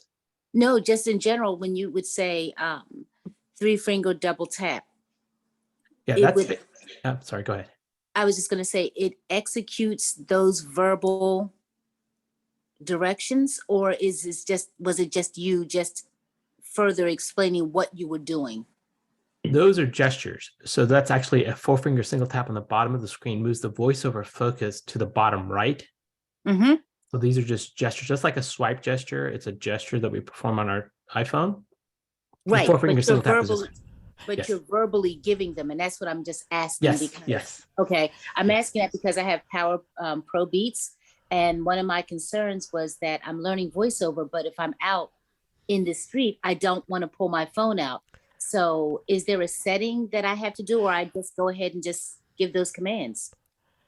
You're talking about the entering the information. Okay, I'll turn voice. Yeah, go ahead, Tanya. I think what she's asking is, are you giving, you're just describing what you're doing. You're not issuing the command with your voice. Correct. You are. No, correct. Yeah, that's a different program. That's voice control. That's correct. Sorry, I misunderstood you. Yeah, these are all just finger gestures that I'm telling you what finger gestures that I'm performing. Okay, but is there a way to do that? There's a thing called voice control, which is where you can command your iPhone to do activities using your voice. That's a different topic. Okay, no problem. I just wanted to know if it was possible. That was all I wanted to know. Yep. All right, great. Thank you so Great. much. All right, Sonia, thank you for clarifying that. Thank you, Sonia. This is Mary Linda. Yeah. If you're on the bus and you're going to 1600 Pennsylvania Avenue, and the bus stops more than once before it gets there from where you got on the bus, does it tell you that you have arrived so that you know that it's time for you to get off the bus? Yes, you will get a verbal command when you do a navigation. When you reach your destination, it'll tell you you're at the destination. Okay, great. Thank you. And the example that I gave is a driving, but you can change that to a walking direction if you wanted to. If you had like places you were going to walk and go to multiple stops.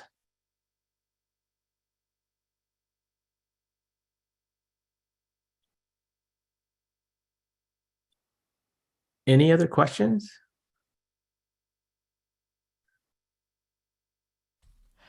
This is Sonia. Yes, Sonia. Regarding the share photo library, so that was, I really, think that that's going to be very useful. And so if you have a photo and you include, you write a caption and all that, that will go, it'll all stay together, right? The caption, and it'll go to everybody with the caption. Yes. And, like right now, the way it used to work is, we might send a text message of a photo, then we have to go into that photo and then share it and save it. Now you don't have to do that if you create the photo share library, so that, if a family, or I should say the people that you invited in the photo share library, they all can see the photos right away by looking into the library without having to go in and upload it to your photo library. This is Sonia. Yeah. So will they be in something called the shared library, right? They won't be with all your other stuff. Okay. That's correct. That's why you have the ability to view both your personal and shared as one area, or you can do personal only and shared only. All right. Thank you. This is Valerie. Yeah, Valerie. Hi, when you're doing your routes and you have additional stops, you had your time estimate. Is there any way to build in the approximate time you're going to be at each stop so you have a more realistic total? That's a good question. I am not sure about that. You're talking about like, if you're going to stop at one of the places and you want to be there for like 15 minutes or so. And then, Correct. yeah, that's a good question. I will have to play around with that one. And that's probably something that I can come back to you on our Monday buzz call. I'll write that Okay. down because that's a good question. Thank you. This is Dee. Yeah, Dee. Okay, Sree. I'm assuming the shared video or photos album, you can only share that with someone using an iOS product, correct? Yes, I believe so. But Okay. they don't have to be in your family. They could be, you could share it with me. Right. Yeah, Right. you have to have an iPhone running iOS 12. I'm sorry, iOS 16, 16.1 and Ventura. Okay. That's So what I if they don't have an iPhone but they have a Mac, you can still do yeah. it. So all the Android peoples are they're just out of luck. They are out of luck for this one. Okay, thank you. This is Terry. Yeah, go ahead, Terry. I'm thinking when it gives you the distance and the amount of time between stops, if you rearrange the order of those stops, those times and distances are going to be different. So how does it handle that? Does it adjust for that as well? You're talking about if we rearrange the first destination to the last destination and so forth? Correct. If you reorder them. Yeah, I could see it doing that. Yeah, I think the question was, if you go to the first stop and you want to be there for 15 minutes, is there a way to note that so that it takes that into account? No, I'm just asking if you know, when you originally, having nothing to do with that. Okay.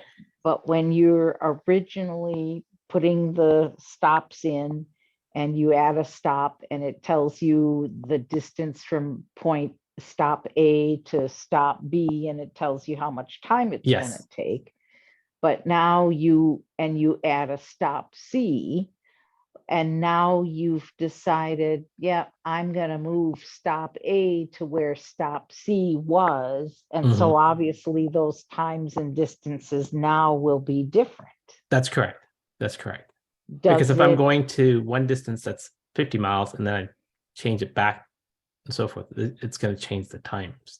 Right. Well, does it tell you the new time and the new distance? Yeah, when I updated it, changed the time, like the distance it was going to take. Because I guess I didn't remember hearing that. Or did you not?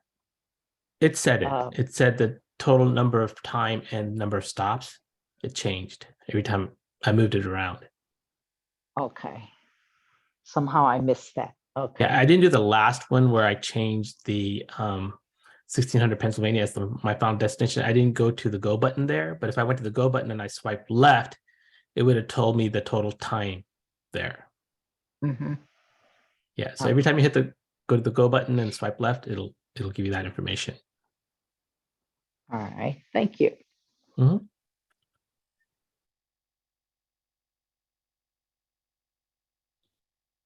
Any other questions? Sadia, how many participants do we have on call? 34.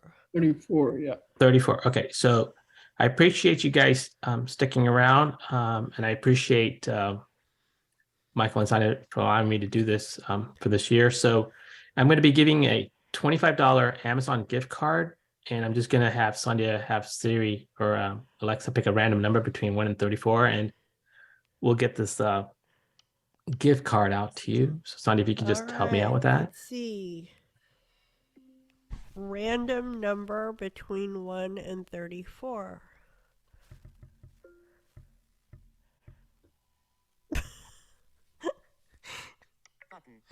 No, you should do it. Well, if it picks 1 through 4, it doesn't count, right? Okay, whatever. Random number between 4 and 34. She's not talking to me. Random 4. Listen.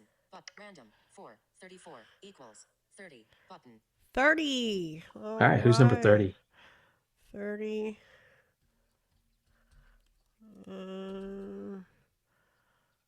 Steve Roach. Yeah. So Steve, if we don't have your contact information, We do. We do. Okay, so I'll reach out to you, Sandhya, and then I'll give you the gift card number, or if you give me Steve's contact, I can send it to him. Congratulations, Steve. Thank you. First one I've been to. All right. Well, welcome. Thank you. So happy you're here. All right. Well, any other? Come to iBUG. Bribery. It's all about. Yeah, I did have one comment going back to Marian's presentation on the health app, the medications on the health app. Yeah. I did try using the camera feature on doing a medication, and with a prescription, how the label is on there. Yep. And usually you can fill the label where there's a gap, and then so you start there at that left-hand side of that label, and that's usually where they print the name of the medication and the dosage and all that. So it took me about 3 times, but yeah, you just have to play around with the distance between the bottle and where, of course, you got to know where your camera's in the top right, back, and kind of line it up, and from that and pull it back. But it did pick up the medication, and or at least, it's just recognized, and like she said, the first several letters of the name of the medication, and then it gave me, I guess it were like the one I was looking at anyway, 3 options on the dosage, and so I just had to pick the dosage that I know I took, and then continued on with it, just like she had mentioned. I had good success with the camera. I tried both my medication as well as just a over-the-counter medication, and it read both with the camera. Okay. My personal medication, it told me exactly the milligram and everything. It picked it up. But it might be a trial and error, because sometimes this may work depending on, like Michael said, lining it up, everything. But that medication has a lot of function. I went down writing everything, and finally I gave up because there's just so much rabbit holes you can go into defining your medication, the shape, the color, the if it's hard, soft, just all kinds of questions you can go through to identify. And then you can also schedule a time to take the medication too. Right. And I believe it keeps a log of it too. Yeah, I think it'll get better as time goes on, and because it should be able to go out to that database and actually, like pull a picture of the medication and put that there for someone that's sighted that can help find it if you drop one or whatever. Yeah, I think this is one of those things that I think people asked for, and they brought it in because it's definitely a good feature to have. And it can help my mom.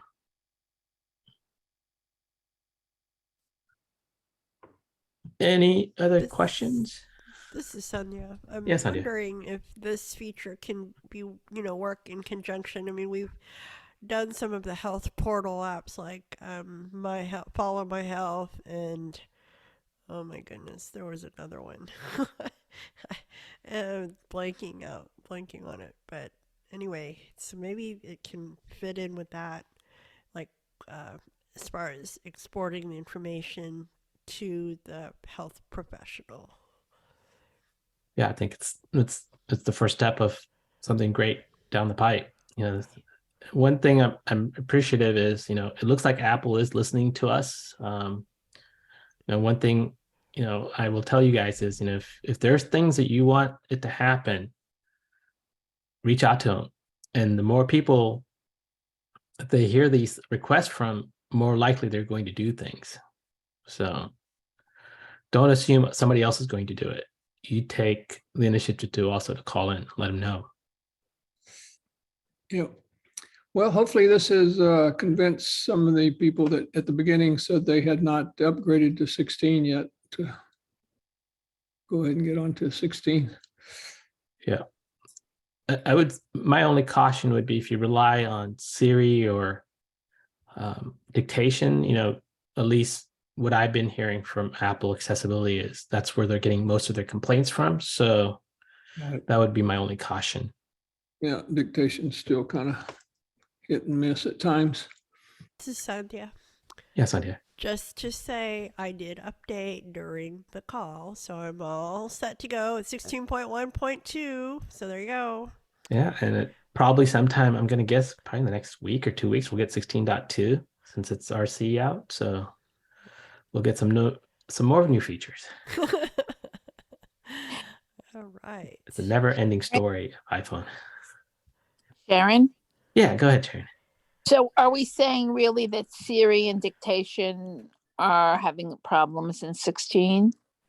I would say personally, if you rely on those two heavily, Yeah, I then do. I would say, you might want to see if if 16.2 will address those issues. I mean, to me, it's not a showstopper, but if I can definitely see if somebody uses this all the time, they might get a little bit frustrated.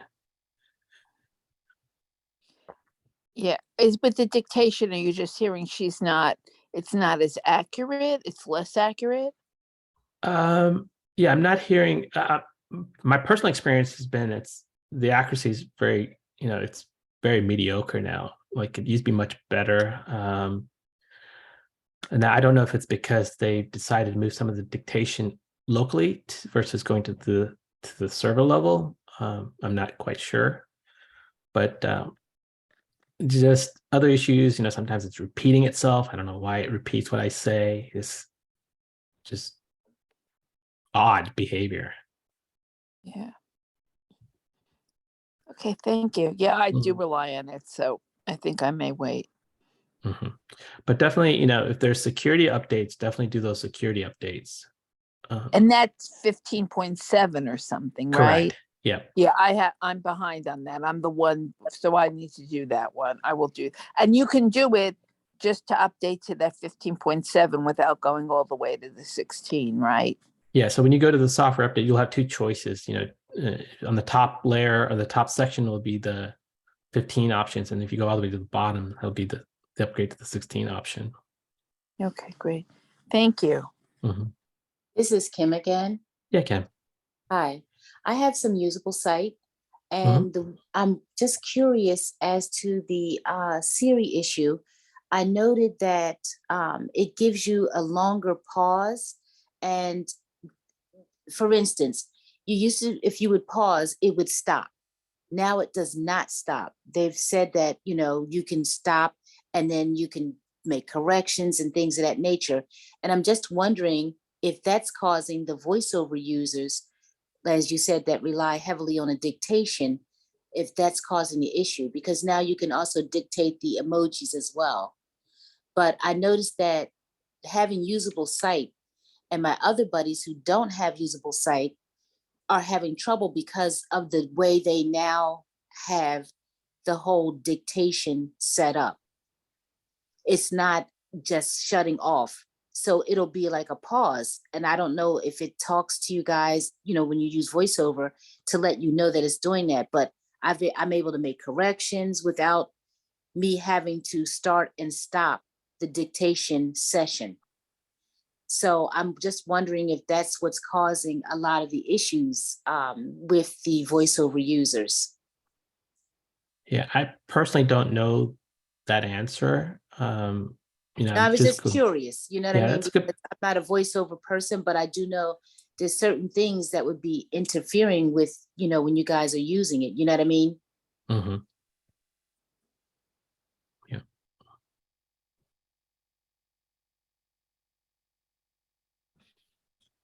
Any other questions? Thank you. Oh, yeah, welcome. I just don't know the answer to that question. I mean, I scratch my head with this, so I'm just hoping, Apple will address it and fix it moving forward. All right. Well, great job, Sree. All right, I think as usual. I think it's the end of the clock, right? And I just want to say thank you to everyone for being here for the past year. I want to thank all those who helped me during the cafe presenting stuff. I can't do this without them, and all of you attending. You make it worthwhile for us to do this, and to Michael and Sonia, let me say thank you for allowing me to do this. Yay, Sree! Thank you so much. All right, very cool. You guys have any final comments, Michael or Sonia? Well, thank you very much. We have always, as usual, it's a constant journey, constantly in flux, and we'll see you in January. Yep. Well, we still have some more events this week. So.